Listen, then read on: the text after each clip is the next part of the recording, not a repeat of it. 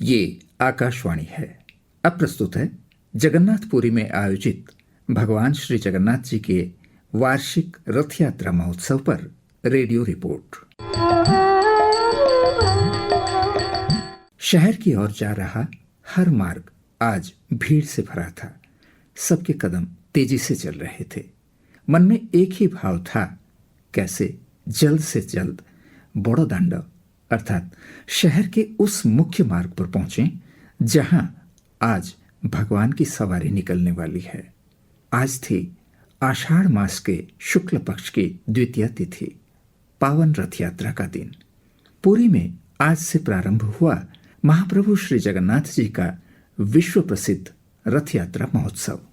वर्ष भर में यही तो एक दिन होता है जब जगत के नाथ भगवान जगन्नाथ अपने अग्रज बलभद्र, भगिनी सुभद्रा जी और अपने आयुध चक्रराज सुदर्शन जी के साथ सिंहासन छोड़कर अपने भक्तों का कल्याण करने हेतु मंदिर से बाहर चले आते हैं।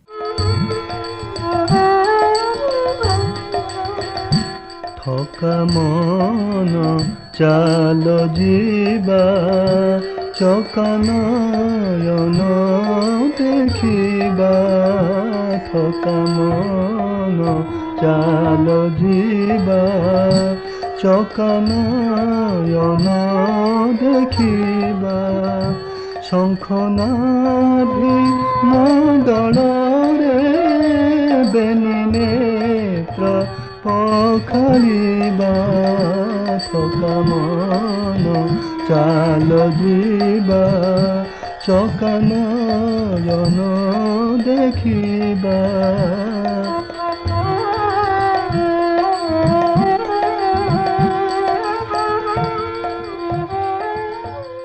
जैसे जैसे दिन निकल रहा था, शहर के मुख्य मार्ग पर भीड़ बढ़ती जा रही थी। लग रहा था जैसे एक विशाल जनसैलाब उमड़ पड़ा है। चारों ओर पुलिस के कड़े पहरे के बीच अनुशासित तरीके से सभी लोग भगवान के दर्शन के लिए जा रहे थे। शहर में आज मौसम भी बड़ा सुहावना था। आसमान में बादल छाए हुए थे। बीच बीच में हल्की बूंदाबांदी भी हुई, जिससे श्रद्धालुओं को उमस से थोड़ी राहत मिली। श्री मंदिर कहे जाने वाले भगवान जगन्नाथ जी के मुख्य मंदिर के शिखर पर लहरा रही थी पतित पावनी ध्वजा। रंग बिरंगे फूलों की सजावट मंदिर की शोभा को और भी बढ़ा रही थी। मंदिर के चारों दिशाओं में 4 द्वार हैं। पूर्व द्वार के दोनों ओर 2 सिंह की प्रतिमाएं हैं, इसीलिए इसे सिंह द्वार के नाम से जाना जाता है। यह मंदिर में प्रवेश करने का मुख्य द्वार है। उसी प्रकार पश्चिम द्वार के दोनों ओर व्याघ्र, उत्तर द्वार पर हस्ती तथा दक्षिण द्वार पर अश्व विराजमान हैं। इन द्वारों को क्रमानुसार व्याघ्र द्वार, हस्ती द्वार तथा अश्व द्वार कहा जाता है। सिंह द्वार के ठीक सामने है अरुण स्तंभ। एक ही पत्थर को तराश कर किया गया इस स्तंभ का निर्माण वास्तुकला का एक सुंदर नमूना है। मंदिर के मुख्य द्वार के सामने एक कगार में तैयार खड़े थे 3 रथ। लाल और हरे रंग का रथ था बड़े भैया बलभद्र जी का, जिसे तालध्वज के नाम से जाना जाता है। 14 पहियों वाले इस रथ की ऊंचाई 45 फीट होती है। बीच में खड़ा था देवी सुभद्रा जी का रथ, जिसका नाम है देवदलन। इसे दर्पदलन के नाम से भी जाना जाता है।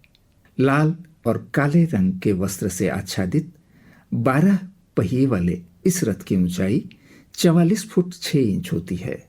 मुख्य द्वार के समीप था लाल और पीले वस्त्र से सज्जित भगवान श्री जगन्नाथ जी का रथ।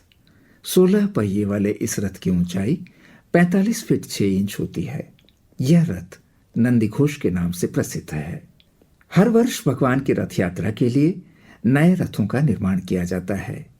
भोई और महाराणा कहे जाने वाले सेवक वंशानुक्रमिक रूप से पारंपरिक पद्धति से रथों का निर्माण करते हैं। रथ निर्माण एक समयबद्ध कार्य है। रथ निर्माण की प्रक्रिया की शुरुआत होती है वसंत पंचमी से, जब रथ निर्माण के लिए काष्ठ संग्रह किया जाता है। रामनवमी के दिन लकड़ियों को चीरने का काम शुरू होता है। पवित्र अक्षय तृतीया के दिन रथ निर्माण के कार्य का शुभारंभ होता है। मंदिर के समीप मंदिर प्रशासन कार्यालय के सम्मुख तीनों रथों का निर्माण कार्य किया जाता है। भगवान की चंदन यात्रा के दौरान रथों के पहियों का निर्माण समाप्त हो चुका होता है। धीरे धीरे रथ के अन्य भागों को तराशकर जोड़ते हुए रथ यात्रा तक इन भव्य रथों का निर्माण कार्य समाप्त होता है।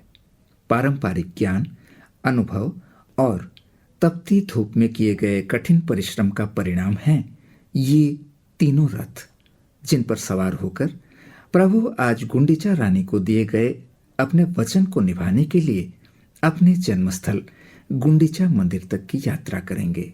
जगन्नाथ जी का सारा कार्य सदियों से चली आ रही परंपराओं के अनुसार ही संपन्न होता है। अक्षय तृतीया से शुरू हुई चंदन यात्रा के दौरान 42 दिनों तक भगवान नौका विहार तथा जल क्रीड़ा करते हैं। चंदन यात्रा के समापन के अगले दिन होती है स्नान पूर्णिमा, जब प्रभु 108 कलश के जल से प्रत्यक्ष स्नान करते हैं। अत्यधिक स्नान के कारण प्रभु अस्वस्थ हो गए थे। आयुर्वेदीय उपचार तथा सेवा से प्रभु आषाढ़ कृष्ण पक्ष अमावस तक स्वस्थ हुए। 15 दिनों के विश्राम के बाद आषाढ़ शुक्ल प्रतिपदा के दिन भगवान ने भक्तों को दर्शन दिए, जिसे नवयौवन दर्शन कहा जाता है। आज आषाढ़ शुक्ल द्वितीया के दिन दैनिक पूजा विधि के साथ साथ कुछ विशेष विधियां भी संपन्न की गई। प्रातः काल की मंगल आरती के बाद भगवान के श्रृंगार के साथ सूर्य पूजा, द्वारपाल पूजा आदि विधि संपन्न की गई। लगभग सुबह 8:30 बजे रथ प्रतिष्ठा की विधि संपन्न की गई। पुरोहितों के द्वारा इस विधि को संपन्न किया गया। परंपरा के अनुसार प्रभु जगन्नाथ और बलभद्र जी की प्रतिमाओं को सेवकों के द्वारा कंधों के सहारे झूला झूलाते हुए लाया गया। सुदर्शन जी और देवी सुभद्रा की प्रतिमाओं को कंधों पर उठाकर लाया गया। भगवान को मंदिर से रथ तक लाने की इस विधि को स्थानीय भाषा में पौंडी विजय कहा जाता है। रथ से बंधी पेड़ के तनों की सीढ़ी से तीनों देवी देवताओं को अपने अपने रथों पर आरूढ़ कराया गया। वहीं सुदर्शन जी को देवी सुभद्रा के रथ पर विराजमान कराया गया। जयघोष के बीच यह विधि लगभग दोपहर 12 बजे तक समाप्त हुई। तत्पश्चात भगवान की चलमान प्रतिमा श्री मदन मोहन तथा रामकृष्ण को रथ पर आरूढ़ किया गया। मंदिर से रथ तक आते समय भगवान जगन्नाथ और बलभद्र के मस्तक पर शोभायमान हो रहे थे राघवदास मठ द्वारा दिए गए विशाल पुष्प आभूषण, जिसे स्थानीय भाषा में टाहिया कहा जाता है। डोलते हुए भगवान के एक एक कदम के साथ साथ मस्तक के उस विशाल आभूषण का आंदोलित होना एक मनोरम दृश्य प्रस्तुत कर रहा था। भगवान अपने मस्तक पर रत्न जड़ित अलंकार धारण करते हैं। यात्रा के दौरान उस अलंकार के बदले एक विशेष अलंकार से भगवान को सज्जित किया जाता है। इसे चिता कहा जाता है। रथ पर इस विधि को संपन्न किया गया। यात्रा के दौरान भगवान के आवश्यक सामान को संदूक में भरकर सेवकों द्वारा रथों पर रखा गया। परंपरा के अनुसार पुरी के गोवर्धन मठ के शंकराचार्य श्री निश्चलानंद सरस्वती महाराज ने अपने शिष्यों के साथ आकर रथारूढ़ भगवान के दर्शन किए। भगवान के वेश विन्यास की विधि समाप्त होने के बाद एक ऐसी अनोखी परंपरा का निर्वाह हुआ जो समस्त मानव समाज के लिए एक आदर्श स्थापित करती है। स्थानीय भाषा में छेरा पहरा कहे जाने वाली इस विधि के अंतर्गत पुरी के गजपति महाराज अपने महल से एक सुंदर पालकी पर सवार होकर आते हैं। जन समुद्र के बीच चली आ रही पालकी सागर में तैरती नाव का भ्रम उत्पन्न कर रही थी। परंपरा के अनुसार महाराज ने रथ के समीप आकर स्वयं अपने हाथ में झाड़ू लेकर बारी बारी से तीनों रथों की सफाई की। राजपुरोहित आगे आगे पुष्प और चंदन मिश्रित जल छिड़कते हुए जा रहे थे और पीछे पीछे राजा झाड़ू लगाते हुए चल रहे थे। इसके पश्चात गजपति महाराज ने भगवान की पूजा अर्चना की। राजा के द्वारा एक सेवक का कार्य किया जाना जहां एक और अहंकार शून्यता का प्रतीक है, वहीं यह मानव मानव के बीच समानता को भी दर्शाता है। फिर बारी थी रथों से बंधी सीढ़ियों को खोलने की। इसे खोलने के बाद रथ पर सारथी और अश्वों को प्रयुक्त किया गया। प्रतीक्षा का अंत हुआ और शुभ घड़ी आई रथों को खींचने की। रथों से बंधी मोटी मोटी रस्सियों की सहायता से पहले बलभद्र जी, फिर सुभद्रा जी और अंत में जगन्नाथ जी का रथ खींचा जाता है। सूर्यास्त के बाद रथ न खींचने की परंपरा होने के कारण रथों को यथास्थिति रखा जाता है। इस परंपरा के अनुसार रथों को खींचने की विधि आरंभ हुई। इस विशाल रथ यात्रा में दुनिया के कोने कोने से लाखों भक्तों ने हिस्सा लिया। किसी भी प्रकार की अप्रिय परिस्थिति को टालने के लिए इस वर्ष पुलिस तथा प्रशासन की ओर से कड़े इंतजाम किए गए थे। इस वर्ष की रथ यात्रा को और भी सुरक्षित करने के लिए एआई की सहायता ली गई। सारा शहर सीसीटीवी की निगरानी में था।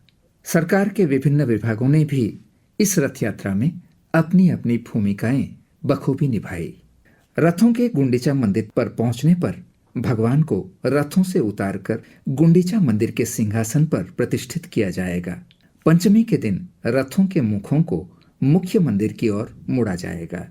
उनके बदले अपनी बहन को साथ ले जाने के कारण क्रोधित महालक्ष्मी जी मंदिर से पालकी में आकर भगवान जगन्नाथ जी के रथ के एक हिस्से को तोड़ने की एक रोचक परंपरा भी इसी दिन निभाई जाएगी। दशमी के दिन भगवान गुंडीचा मंदिर से मुख्य मंदिर की ओर प्रस्थान करेंगे। एकादशी के दिन रथों पर ही भगवान को स्वर्ण अलंकारों से विभूषित किया जाएगा।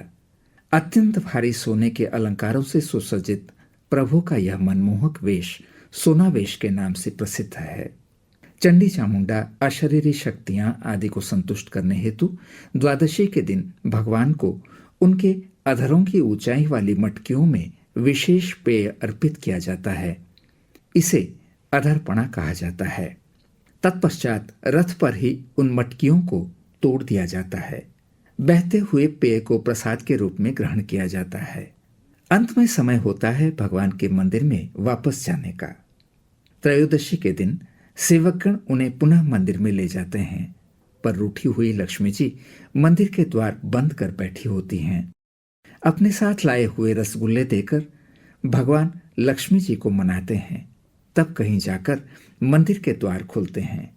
एक सामान्य मानव के जीवन की घटना की अवतारणा इस विधि के माध्यम से की गई है। सेवकगण भगवान को ले जाकर पुनः मंदिर के गर्भगृह में रत्न सिंहासन पर प्रतिष्ठित करते हैं। इसके साथ ही वसंत पंचमी से रथों के लिए काष्ठ संग्रह से शुरू हुई रथ यात्रा की प्रक्रिया और इस महोत्सव का समापन होता है। भक्तों को इंतजार रहता है अगली रथ यात्रा का। हमारे शास्त्र पुराणों में भगवान की इस यात्रा को अत्यंत पुण्य फलदायी और मोक्षदायी बताया गया है। यही कारण है कि लाखों की संख्या में श्रद्धालु भक्तजन दुनिया के कोने कोने से इस महोत्सव में शामिल होने के लिए पूरी आते हैं। जगन्नाथ संस्कृति युगों युगों से सर्वधर्म समभाव एवं विविधता के बीच एकता के मंत्र से विश्व संस्कृति को समृद्ध कर रही है। अभी आप सुन रहे थे पुरी में आयोजित भगवान श्री जगन्नाथ जी की वार्षिक रथ यात्रा पर रेडियो रिपोर्ट। आलेख तथा वाचन स्वर प्रकाश चंद्र दवे।